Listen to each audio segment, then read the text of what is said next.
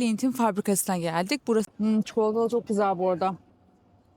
Direkt çikolatalıdan söyleyebilirsiniz. Akşam yemeği için gayet güzeldi. Özellikle fondüyü epey bir beğendik. Zürih'in en çok tavsiye edilen kokteyl barlarından birine geldik. Gece hayatının nabzını tutmak için Langstrasse'ye geldik.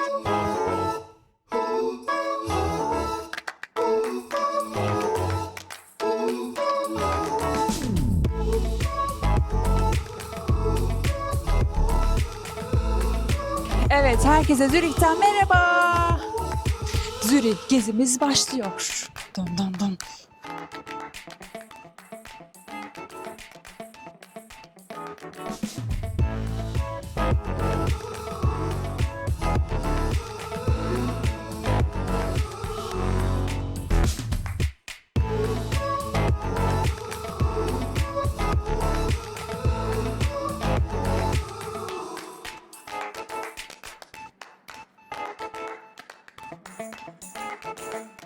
Zürih'in ilk durağı olan Raclette Factory'ye geldik. Akşam yemeğine de gideceğiz. O yüzden böyle bir atıştırmalık olsun istedik aslında. Benim Cenevre'de yiyip çok beğendiğim Flammkuchen, adı böyle mi okunuyordu? Gerçi adı burada öyle geçmiyor. Tarte flambe diye geçiyor. Yani bir Fransız pizzası aslında. Normal pizzanın Cenevre videomuzda da bahsetmiştik. Eğer kanala gidip Cenevre videosunu da izleyebilirsiniz.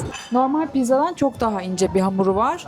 Yani büyük bir pizza gibi düşünün ama Ergin şu an zaten hani bana çıtır çerez gibi geldi diyor. Hiç mideme esmedi. Tadı güzel ama dediğim gibi atıştırmalık, buna doymak için yerseniz bayağı bir yemeniz gerekebilir. Biz birayla böyle akşam yemeği öncesi önden bir atıştırmalık olsun istedik. Fiyat performans olarak sadece değinmek istiyorum fiyat konusuna. 21 euroydu orijinal olanı. Yani fiyat performans olarak fiyat biraz yüksek kaçıyor. Normal bir pizza, yani kalın, daha doyurucu bir pizza yeseniz İtalya'da mesela. Ben itiraz edeceğim.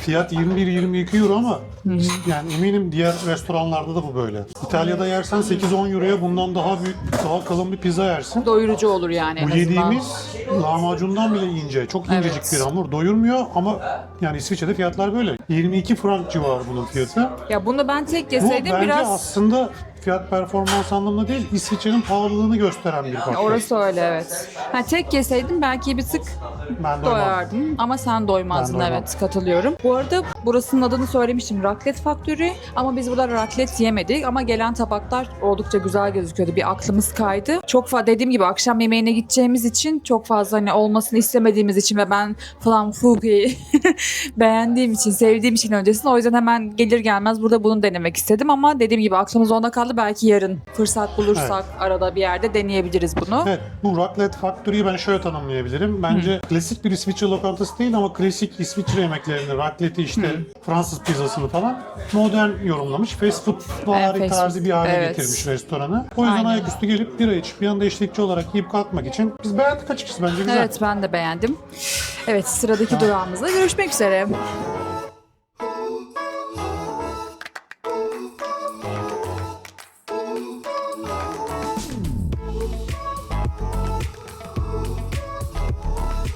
Evet, Raclette Faktör'den çıktık. Doymadık. Doymadık aynen. Ve zaten hemen yanında oraya gitmeden önce gördüğüm bir sosisçi vardı. Aslında ben kararsız kaldık ama ilk önce oraya baktığımız için hadi buraya bir gidelim dedik. Doymayınca da buraya da bir şans vermek istedik. Buranın adını bir saniye okumam lazım. Evet, adını okuyorum buranın. Zumhalte Brune. Anlamı soğuk çeşme demekmiş. Aslında buranın sahibi de zaten Türk, Zeynep Hanım. Ama Zeynep Hanım şu an burada yok. Eşi Stefan vardı. Onunla tanıştık. Tatlı, güzel bir yer. Sosis de çok lezzetliydi bence. Ergin, sen ne diyorsun? Ben sosisliğe bayıldım. Evet, ben de çok sevdim. Yani Gerçekten aklım biraz lezzetliydi. hamburgerde de kaldı ama bu kadar hani yiye devam Evet, edemeyiz. aynen bu şekilde devam yerde durmamız edemeyiz. lazım. Aynen. Bu arada burası küçük bir şarküteri. Ergin zaten görüntülerini aldı. Şarküteri, işte bir de birkaç masa var. Ben sevdim bayağı ya. Evet, güzel. Biz Hoşuma yemek gitti. yerken gelip jambon alıp gidenler, peynir alıp gidenler de Evet. oldu. Yani İstanbul'da Böyle- olsaydı burası, biz buradan alıp yerdik muhtemelen. Hani %100 dana olan sosisler yedik biz. Hani Zürih'te ben bir sosisli yiyeceğim, hamburger yiyeceğim gibi bir düşünceniz varsa ben hakikaten burayı çok beğendim. Ben de beğendim. Gerçekten sosis çok güzel. Hamburgeri Ve de çok gerçekten çok güzel gözüküyor. Çalışanlar da çok tatlı. Evet, yani Tavsiye ediyoruz. bence raclette'ten şeyden daha güzel. Bence de bu arada. Yani peynir yiyeceğime gelir burada et yerim. Hemen hemen de aynı para bu arada. Sosisin yanında gelen hardal da çok güzeldi. Ev yapımı Dengeliydi. galiba. Evet. Beğendim bayağı. Tavsiyedir yani. Devam. Yemeğe devam mı? Araya küçük bir tatlı molası, sonra da akşam yemeği. İlk gün sırf yeme içmeyle geçiyor. Zürih'in gezilecek görülecek yerlerin ikinci gün Dilan Hanım sizlere gösterecektir diye umut ediyorum. Bakacağız. Yeme içme benim her zaman favorim biliyorsun yani o yüzden. Hadi devam.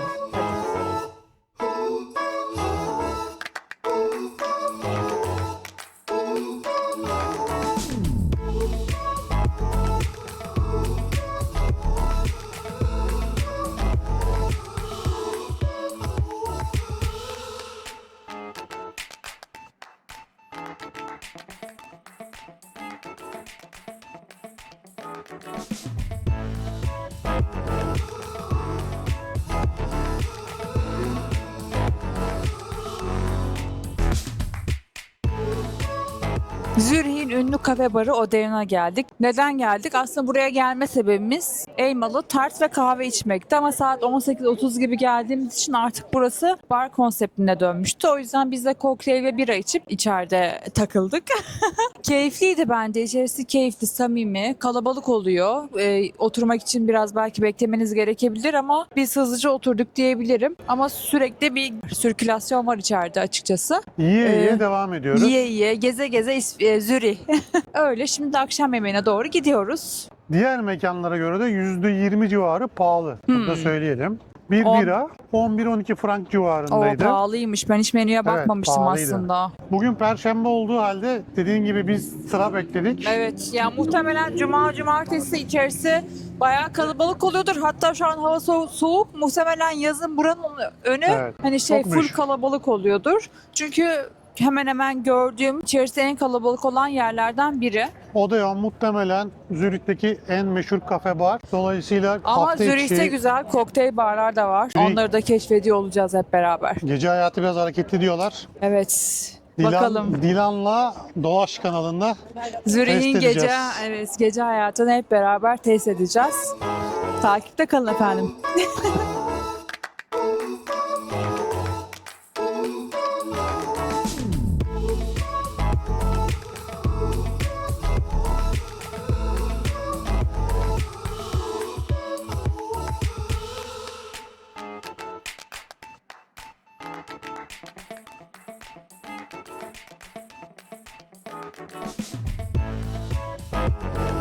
Evet, İsviçre'de akşam yemeği için nereye geldik? Hemen bakıyorum ki Almanca ve Fransızca telaffuzlar biraz zor oluyor restoran isimlerinde özellikle. Soykauskeller'e geldik. Burası 1420'li yıllarda aslında İsviçrelilerin cephaneliği olarak kullanılıyormuş. İşte silah, kılıç, zırh gibi askeri aslında ekipmanları depoladıkları yermiş. 1920'li yıllarda burayı restore etmişler ve o zamandan bu zamana kadar da yani hala günümüzde de restoran olarak kullanıyorlar. İçeride aslında geleneksel İsviçre yemeklerini bulabilirsiniz. Biz bu akşam ne yedik diye soracak olursanız öncesinde çok fazla atıştırdığımız için aslında 2 tane ana yemek söylemektense bir tane ana yemek gibi yana da yardımcı söyledik. Alp makarnası söyledik. Alp makarnası dediğimizde aslında düdük makarna. Temel olarak düdük makarnanın içerisine işte krema, patates, üzerine karamelize soğan ve yanında bir elma sosu getiriyorlar. O elma sosu üzerine döküp o şekilde yiyorsunuz. Ben o haliyle beğendim ama Ergin elmalı sosunu o kadar beğenmedi. Elma sosu haricinde aslında daha iyi gitti sanırım Ergin için. Yani Zürih'e gelmişiz. Dünyanın en pahalı şehri belki de. Çok da eski, belki de en eski restorana gelmişiz. Makarna söylemişiz. Alplerin makarnası ismi. Çok havalı. Düdük makarnası mı diyorsun? Düdük makarna, düdük Ya makarna. düdük Şimdi makarnası yedim mi diyorsun şimdi? görüntüleri koyacaksın, yorum yazsınlar. Benim için o düdük makarnadır. Dilan'la Kar- Dolaş kanalında Zürih'te düdük makarnası keyfi. Ben beğenmedim açık konuşayım. Anladım. Ya makarnayı beğendim ama değer mi? Bence çok değmez. Buraya gelirseniz eğer aç olursanız böyle belki makarnalı patatesli bir şey değil de etli menüler de güzeldi. Çünkü yanımızda yiyenlerin tabaklarını da gördük. Onlar da oldukça güzel gözüküyordu. Geleneksel bir şeyler de tatmak isterseniz adını bu söyleyemediğim bir yere mutlaka gelin bence diye düşünüyorum.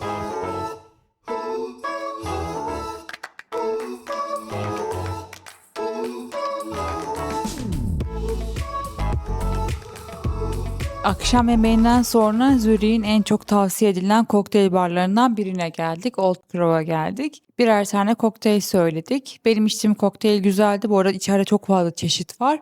Ama Ergin bir tane biralı ve domatesli kokteyl söyledi. Gerçekten hayatımda içtiğim en kötü kokteyl olabilir yani. Zaten içemedik yani, bıraktık direkt olarak. Ben içerisini bayağı beğendim. Sıcak, samimi, aşırı böyle bir bar havası var. Ben Güzel bir sevdim. bara benziyor. Çok 29 Dış- sayfa şeyi vardı, kokteyli vardı. Evet, hatırlıyorsam. çok fazla çeşit Benim, var. benim içtiğim kokteylin ismini alta yazabilirsek, bulabilirsem yazarım. Tavsiye alın. Öyle kokteyl seçin. Aksi Evet, takdirde evet. sürprizle Mutlaka karşılaşabiliriz. tavsiye almanız gerekiyor bence. Ergin dediği gibi sürprizle karşılaşma ihtimaliniz oldukça fazla. Evet, Zürih'te birinci günü böylelikle kapatıyoruz. Yarın sabah görüşmek üzere diyelim.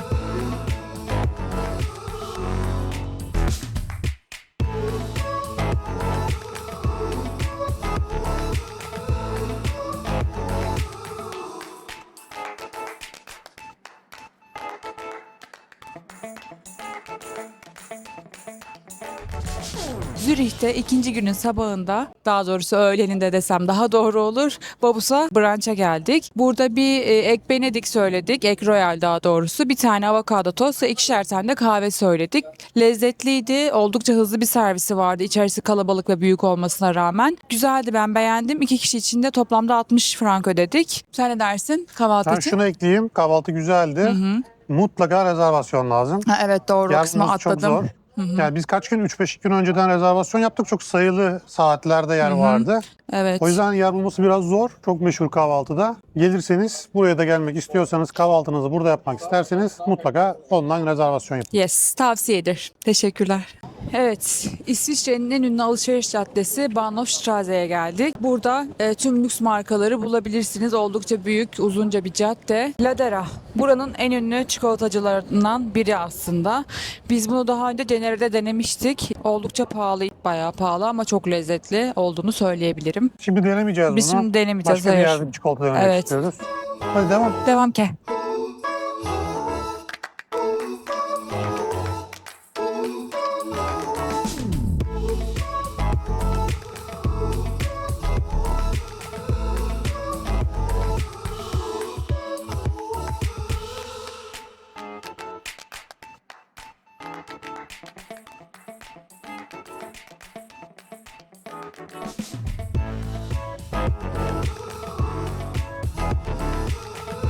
Çeşmelerden su içebilirsiniz İsviçre'de. Gelip suyunuzu doldurabilirsiniz. Ergin söylememi istedi.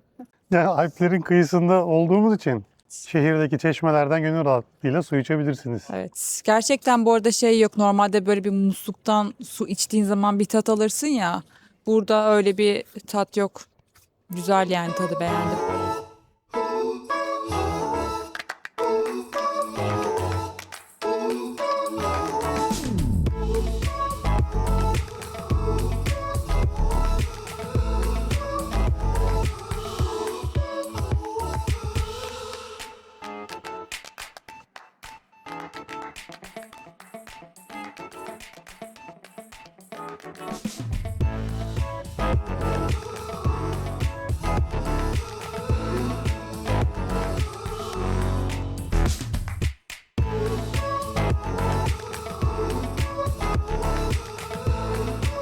Merhaba Dilan Hanım. Merhaba Ergin Bey. Nereye geldik? Kısa bir tatlı molası vermek istedik. Konfizeri Springli'ye geldik. Her defasında isimlere böyle bakmam gerekecek. Kusura bakmayın. Çünkü okunuşu gerçekten zor. Burası aslında İsviçre'de oldukça ünlü bir çikolatacı ve şubeleşmiş bir yer. Biz de Bahnhofstrasse'deki o ünlü alışveriş caddesindeki dükkana geldik. Ben bir tane cheesecake söyledim. Ergin de bir tane ekler söyledi. İkisi de oldukça lezzetliydi. Yani 10 üzerinden 10 verdik. Bayağı beğendik. Ergin de aynı şekilde. Evet, ben ikisine de tam puan veriyorum. Çok lezzetli. Evet, kahveler de güzeldi. Çok küçük bir ek ayrıntı yapayım. Buranın ayrıca makaronları ünlü. Küçük Lüksemburg makaronu diye geçiyor yanılmıyorsam. Yani Biz normal denemedik. makaron, evet. Evet, normal makaronun daha da küçüğü. Biz tercihimizi ekler ve cheesecake'ten yana kullandık ve oldukça memnunuz tercihimizden. Evet. Keyifli bir mola. Evet, şimdi kaldığımız yerden devam ediyor olacağız. Ergin'in yine beni böyle bir kuleleri çıkarma gibi bir fikri var ama ben sıcak bakmıyorum. Bakalım, göreceğiz. Bir sonraki durakta görürüz çıkmış mıyız, çıkmamış mıyız. Bu arada hava da çok güzel şansımıza. Evet. O yüzden dışarıda keyifli bir şekilde oturuyoruz. Evet. Cheers. Afiyet olsun. Afiyet olsun. Az önce bahsettiğimiz aslında makaronlar bunlardı. Böyle küçük minik, oldukça tatlı gözüküyor. Menüde üçlü bir set vardı. Biz ondan söyledik. Limon, frambuazla, çikolatalı. Ya, iç kreması, dolgusu güzel ama dışında böyle makaronun şeyli bir yapısı olur ya. Sanırım küçük olduğu için o kadar hissedilmiyor. Böyle yapışkanımsı bir yapısı olur iç kısmı ağzına aldığın zaman. O sanki büyükte daha hissediliyor gibi geldi İsmi bana. Lüksemburgerli diye geçiyor yanılmıyorsam. Evet, Yani burger gibi bir çeşit. aynen. Küçük, Güzel ama tatlı. atıştırmalık. Fena değil. Değil mi? Evet, ilk tercihimiz daha doğru değil mi? Buraya gelirseniz bunu deneyebilirsiniz ama bir diğer tatlılarını daha çok tavsiye ediyoruz. Evet. Evet. Çikolatalı çok güzel bu arada. Direkt çikolatalıdan söyleyebilirsiniz.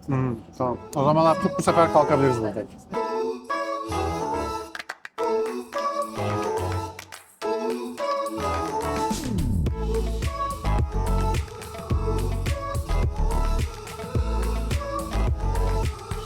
Zürih'in iki ikonik kilisesinin tam ortasındayız aslında. Burası nehrin iki yakasında yer alan karşılıklı kiliseler. Hemen arkamda gördüğünüz Grossmünster. Grossmünster 1500'lü yıllarda yapılmış bir kilise ve zamanında bir din adamının verdiği vaazlarla birlikte dini reformun merkezi haline gelmiş. Bu yüzden aslında önemli bir yapı. Hemen karşımdaki kilisede şu an hatta çanları çalıyor. Fromünster Kilisesi. Burayı da 853 yılında Alman bir kral inşa etmiş. İçeride Mark Chagall'ın tasarladığı ünlü vitraylar var aslında. Grossmünster şu an tadilatta olduğu için içeri zaten giremeyeceğiz ama belki arka tarafta yer alana girebiliriz ama yukarıdaki Ergin'cim, Efendim? kule pek çıkılabilir bir kule gibi gelmiyor. Seni şimdiden hayal kırıklığına sürüklemiş olmayayım ama Çıkmıyor muyuz zaten hayır, ben çıkmak istemiyorum biliyorsun. Ama içerideki vitrayları görmeye girebiliriz eğer açıksa. Bir bakalım isterseniz. Bu arada her iki tarafında meydanları var. Havada güzel olduğu zaman buraya gelip oturulabilir. Çok keyifli bir lokasyon bence.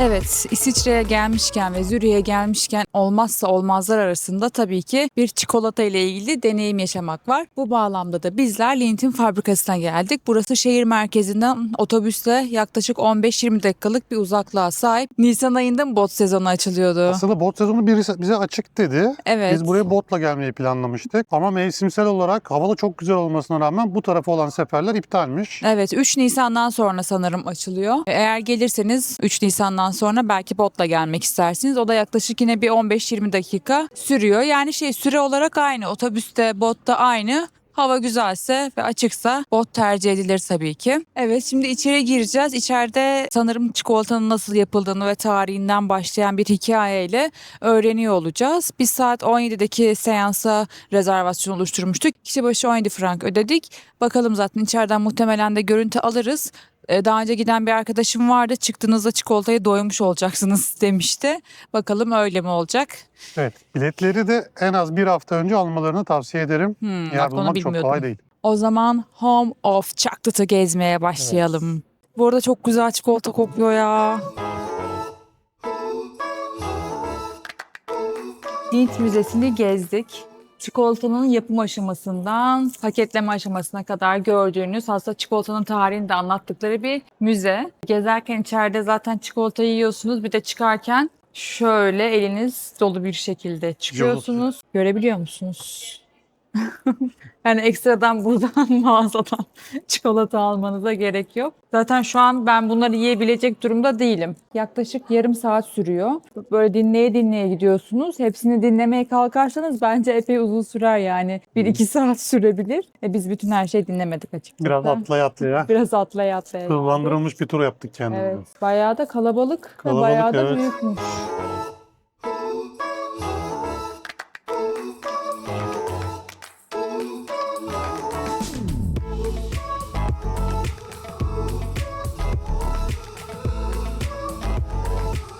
Evet, İsviçre'de ikinci günün akşam yemeği için Swiss Cookie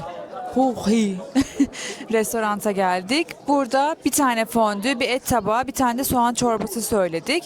Yanında da birer kadeh şaraplarımız vardı. Toplamda 88 frank ödedik. Buraya aslında biz önden rezervasyon yaptırmak istemiştik ama yer bulamamıştık. Başka bir yere rezervasyon yaptırmıştık. Mekanda tam otelin yanı olduğu için diğer yere giderken bir uğrayalım. Belki hani yer vardır diye şansımızı deneyelim istedik ki vardı. O bakımdan iyi oldu. İstediğimiz yerde aslında yemek yemiş olduk. Ben beğendim akşam yemeği için. Gayet güzeldi. Özellikle fondüyü epey bir beğendik. Soğan çorbası da çok lezzetliydi.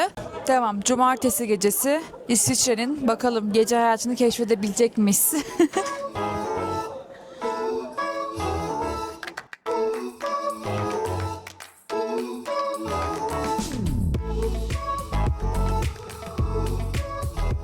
Cumartesi gecesi İsviçre'de Zürih'te gece hayatının nabzını tutmak için Langstrasse'ye geldik. Merkezden otobüste yaklaşık 7 dakikalık süren bir yolculukla geldik ve 7 dakikada kendimizi Berlin'in göbeğinde bulduk diyebilirim. Daha salaş ne denir? Yani Zürih'te gerçekten Berlin'e benzer, Berlin'in arka sokaklarına benzer bir gece hayatı var burada. Evet. Biz gelir gelmez bir kaosun içine düştük. Zencinin biri peşimize takıldı. Hemen Siyahi önümüzdeki diyelim. bir bardan kavgayla insanlar çıktı. Polis geldi. Evet. Yani araya görüntüleri de koymak isterdim ama sokak başı bekleyen kadınlar bayağı tepki gösterdiler kameraya. Dolayısıyla görüntü de koyabilir miyiz emin değilim aralara. Böyle bir yer. Ama biz kendimizi bar 63'e attık. Evet. Güzeldi Bar 63. Kokteyl içtik, beğendik herhalde kokteylleri. Dün içtiğimiz yere göre fiyatları da uygundu. Buranın genel olarak muhtemelen zaten merkeze göre fiyatları Evet. daha uygundur. Hem gençler takılıyor hem de böyle alternatif tipte diyebileceğimiz insanlar çok fazla etrafta. Evet ama polis sürekli devriye atıyor bu arada burada. Hani ilk geldiğinizde bizim gibi tedirgin olursanız zaten Zürih'te olduğunuzu hatırlayıp bir rahatlama geliyor ama yine de böyle bir şey olduk yani. Evet ama Zürih bizi şaşırtmaya devam ediyor. İyisiyle kötüsüyle. Aynen. Biz bir yere daha bir şans verelim. Bir kokteyl daha burada içelim bence. Bakalım ondan sonra belki Hala kameramız devam varsa ediyor. elimizde Evet. devam Hatta ederiz. Ergin az önce barın girişinde çantasını unuttu. Orada çalışan beyefendi direkt burası tehlikeli bölge falan diye çantayı hemen Evet, hızlıca uyardılar. bize İlk defa getirdi. uyardılar. Evet. Dikkatli olun diye. Hadi devam edelim.